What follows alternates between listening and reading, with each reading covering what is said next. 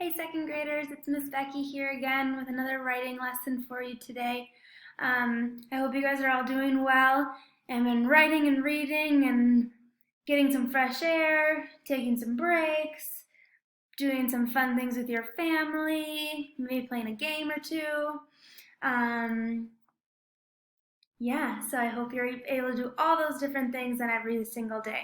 But today we're going to talk a little bit about a writing lesson. So I know you guys have been writing a ton of things. You've been writing letters. I think some of you guys have been doing some free writing. Some of you have been writing all about books. The lesson I'm going to talk to you about today, you can use it in any kind of writing that you've been doing, okay? So anything that you've been working on, you're going to be able to try this and that writing today. So on my screen right here, I've got a couple of things. These are things you probably use every day when you're writing. You've got a pen or a pencil, however you prefer to write. But today you might decide to use some other things.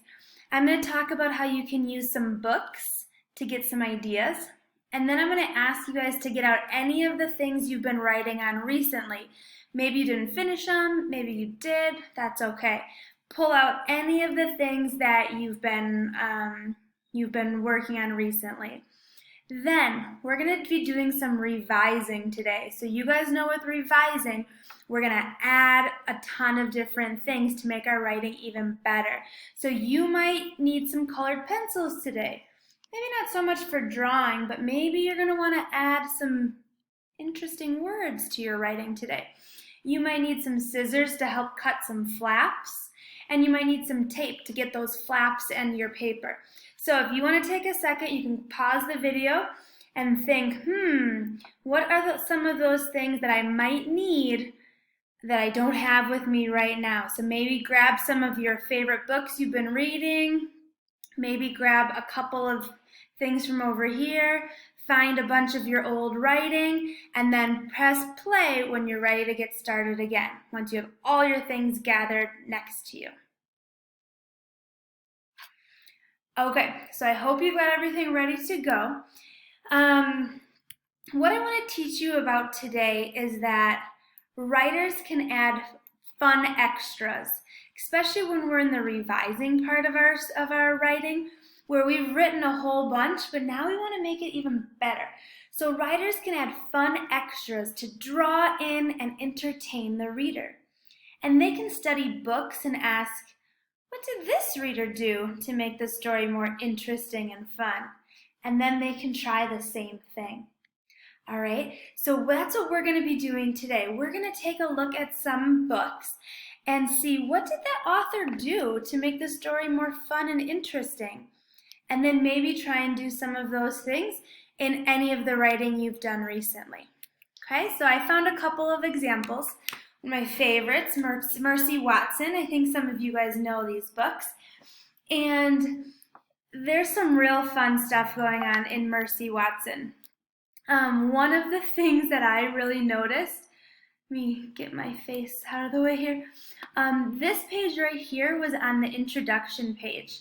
And the very first page in the book has a pile of toast, of buttered toast.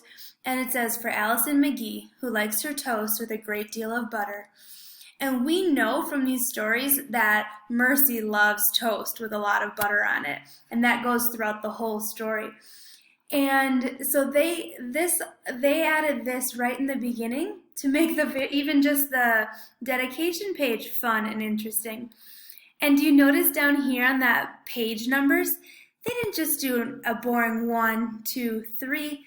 Look, they added with a piece of toast to kind of bring that through their whole story. So one thing that writers can do is they can add decorations that share a fun detail from the book. So they added toast all throughout this book just to make it a little bit more fun and interesting. You might not add toast because your book might not be about toast, but you might find another fun thing that you could add as a little decoration. Here's another book I was reading.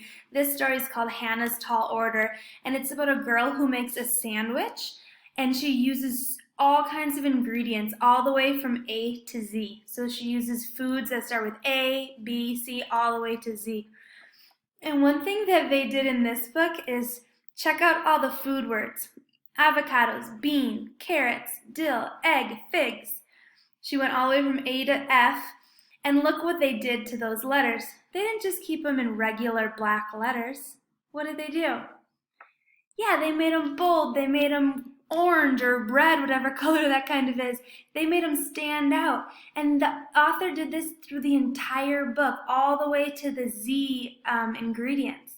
So this is something that you guys can do too, is you can have words written in fancy fonts. So maybe it's not always about food, but maybe you have an exciting word that you want to draw attention to. You can make it in different letters so that they look cool. That's why I got your colored pencils out. Thought that might be fun to add. And you can kind of play with some of the words. Not all the words, but some of them. If you guys have read Geronimo Stilton books, those do it as well. This is another one that I was looking at, Splat the Cat. There was this one page where there were some words on all the different pages, and then all of a sudden you opened it up, and both pages had this big, huge picture, and it just said, "Hi, Splat," and it was kind of like a really exciting part in that book. So another thing that writers can do is they can add big words that take up a lot of the page. And you might do this to draw attention, or if it's a surprise, or if it's something really interesting that you want everybody to focus on, just those couple of words. And the last one I want to show you today is from Mr. Ball, An Excellent Adventure. This one is a comic. So comics can add all kinds of ways to make their writing interesting and fun. So here you've got their letters look different. You've got things in the pictures. You've got little details along the purr.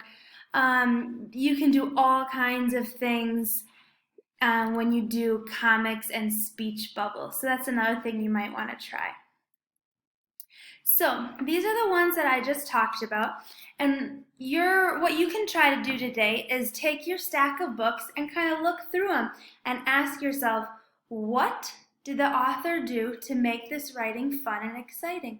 And if you find something cool that the author did that you want to try, add it to one of your pieces of writings that you've been working on. Remember, this works in an all about book. It works in a letter, an opinion letter. This works in a true story, something that happened to you. Excuse me. You can add these fun extra things to any kind of writing, okay?